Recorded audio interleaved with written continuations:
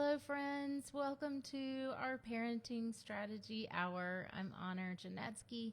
I'm so glad you're here. Welcome to the Facebook group. If you're watching from Overwhelmed Solution for Moms, we are talking about how to help your spirited, strong-willed, highly intense child to resolve their emotional outbursts, calm down their emotions, handle their emotions better, and how to help you to also be that steady presence for this tough kiddo, because these are tough kids.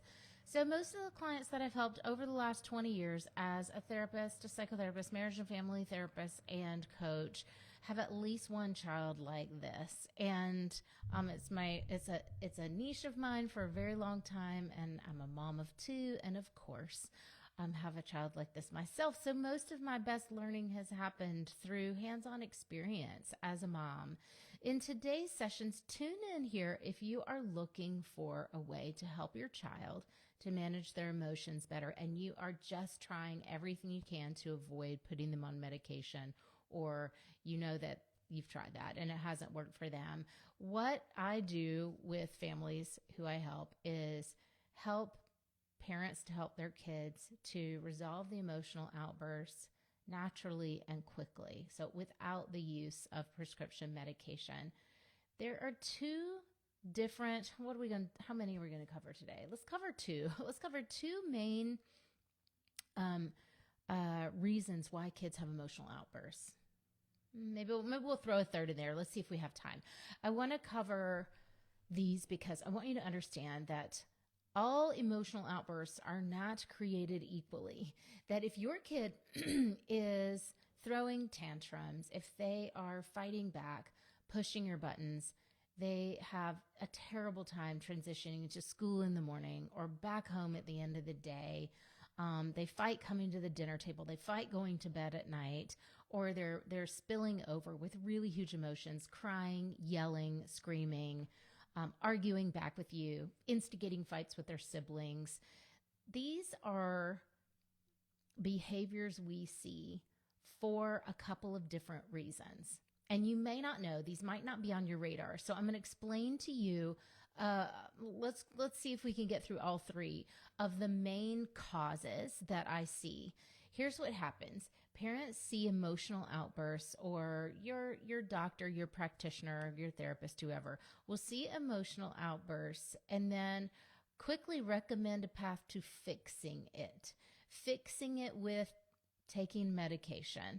Fixing it with having a psych assessment and then getting a diagnosis. These things aren't really fixes. They're more like either Band-Aid approach in the best case scenario, or they are an explanation for what might be going on. It's anyone's best guess, especially with a psych assessment. Depends on who you get, depends on what their experience is, what they're looking for, and what they're going to name. But what I'm going to share with you is really different today. I'm going to share with you why kids boil over. And there are a couple of different reasons why almost every child I've ever seen is having big emotional outbursts or boiling over and driving their parents crazy. Let's start with the first one. And the first two are about temperament. The first one is the temperament of your child is such that they are really strong-willed. So spirited falls into this category. Spirited, strong-willed, determined, persistent, not going to let go. They're going to start any argument they can start. They want what they want, and they want it when they want it now. If that sounds like your child is strong-willed. Strong-willed, you might say stubborn. A lot of parents describe this as stubborn. My kid is so stubborn. They push on everything. They push all my buttons. They can't accept no for an answer. And so I just give in. So a lot of parents will say, like, I'm walking on eggshells. I don't want to set my kid off. I would rather just kind of like cave and let them have the thing than try to hold a boundary knowing that there's going to be a huge eruption and we don't have time for that and we have to get where we need to go. This is a really common story I hear parents tell. Okay, that is number one. If your child has a temperament of strong-willed, that is a particular kind of approach that you want to use with a certain set of techniques and strategies. It's its own category, okay? You're going to address that in one way differently from how you would address the second most common thing that I see, which is kids who have low key or low grade anxiety. This goes undiagnosed all the time. It goes unrecognized by parents. Anxiety is very kind of under the radar. So if your child has an anxious temperament, so typically, this is temperament as well, typically kids who are highly sensitive children will run high on anxiety. They are slow to warm up to new situations, or they avoid situations that they haven't been in before. They don't know. They're not predictable. Highly sensitive kids, this is true with highly sensitive adults as well, don't like change. They need a lot of information to be able to prepare for something. Their emotions take a while to catch up to, and they might be overreactive at times to catch up to like what's going on here and now.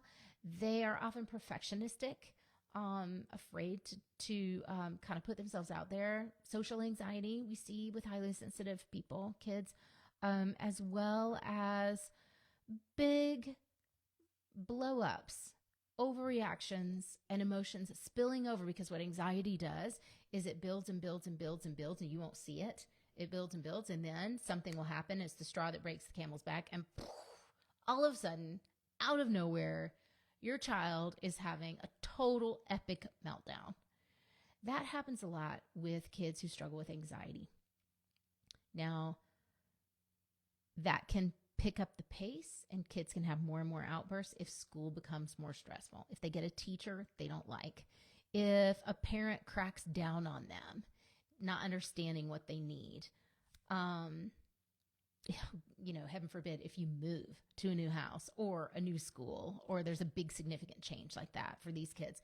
Highly sensitive kids really struggle with all these things, and anxiety can spike and result in big emotional outbursts. I know with my own child that was pretty much 4 or 5 times a day thing every single day for years before I started really dialing into a consistent approach and bringing that number down eventually to 0, which it is today. But this is a really sneaky cause. And so if you're hearing this and you're like, oh my gosh, I think that's what's going on, then let's connect. Connect with me, reach out to me, drop a comment, and then I'll connect with you to get you on the calendar. We can have a complimentary parenting strategy session just to kind of diagnose what is going on. Is it, are you on the right track with thinking this is the cause? The third thing that I see a lot is family stress. So it may be more than one thing going on. You might have a highly sensitive kid and family stress, in which case you're seeing tons of meltdowns, outbursts. You might have a strong-willed kid and family stress, in which you're seeing your kid isolate, push back, argue with you, shut down, shut you out. That will happen with strong-willed kid. Highly sensitive kids, more withdrawal. And you can have a kid who's a combo of any of these things. I've got mine is very strong-willed, also highly sensitive. And when there's family stress happening, or one of her parents is stressed, then it comes through her like immediately she feels it and expresses it. So it just depends on who your child is and how they kind of are wired. But I want you to hear these 3 causes and hear me say that the cause is the thing that you want to be coming to understand, that you want to be looking for.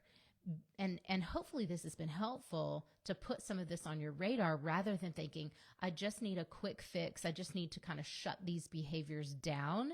What's wrong with this kid? They're not listening. They're so disrespectful. They have no consideration for anyone else in the house. That's what people say with kids who are like this, who are really intense. And that's not it. That's not what's going on. There's an underlying cause that needs to be addressed. And until you address that underlying cause and apply the right strategy or technique to shift the family stress, to shift how you're working with your child's temperament, then the behaviors aren't going to stop. They're not going to stop. If you hopefully, and let me know if you can hear which type of problem you think is really going on for your kiddo, say in the comments. And if this is helpful for you, and if you want to know more about how to really get clear on what the underlying cause is for your child, and then what to do about it, how to work with the different types of problems that are going on for your kiddo, then come to the Peaceful Parenting Playbook. I've got a free workshop coming up. We start March 31st. It's a live 5-day free event. And you'll get on Zoom with me, and you'll be able to ask your questions in the chat. And we'll have Q&A, but we'll also have strategy teaching training sessions every day for those 5 days so that you can learn more about how to help your child, but also get some real immediate ideas that you can put into practice right away to see and test and get results and bring them to the workshop. I would love to help you with that. I would love to save you the many, many years of searching and stress and heartache that I went through personally, and that a lot of moms who I've helped have been through before they really truly understood what their kid needed. And that's what we're going to be diving into in the workshop. So, we just have a limited number of time of days, of years. Time, unfortunately, time is a real construct that we have to work within when we're looking at the 18 years that our kids are at home. And that's a precious chance to set them up for independence, for thriving, for choosing healthy partnerships and friendships in their lives, for being good decision makers. And if they're so caught up in being overwhelmed by their own intense emotions, you don't get to those skills. You don't get to that point where you get to really teach them about values and teach them about how to take care of themselves and how to manage life, because the most immediate thing in the way is just dealing with their emotions. So we want to help them to get past that so that you can really impress upon them these other lessons that they'll need in order to live a really fulfilling life. Okay, you guys, I am going to drop the link under this video in the comments. So click into the comments to open them up. Find the link, click it. That will show you all the details. You can sign up there. I've got a play-by-play of what all the sessions are, what's included in them, and what to expect. So see if that resonates for you. If it feels like something that you need and that would serve you, then absolutely get there. There will be replays available, so don't stress if you're at work in a setting you can't hop on Zoom to be with us. You can always watch back. Facebook's being a bit particular and not letting me go live in the group and stream Zoom and all these things. So we'll have our workarounds ready by then. And I'm happy to answer your questions. What's going on with your kid? What do you want to get started with? What are you coming in with? What are some problems you're seeing? You can drop those here in the comments, or you can hit me up in my DMs and I'll respond to you there.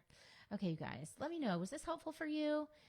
Share with people, please share them, invite them to the group. If this was helpful for you, spread the word. And you can also share the link as well with anyone who's a mom, anyone who is struggling with a kid with intense needs, who's spirited, strong-willed. If you're lucky you have a friend like this you could commiserate with, invite her to the workshop. I'd love to help her too. Okay, you guys. See you next time.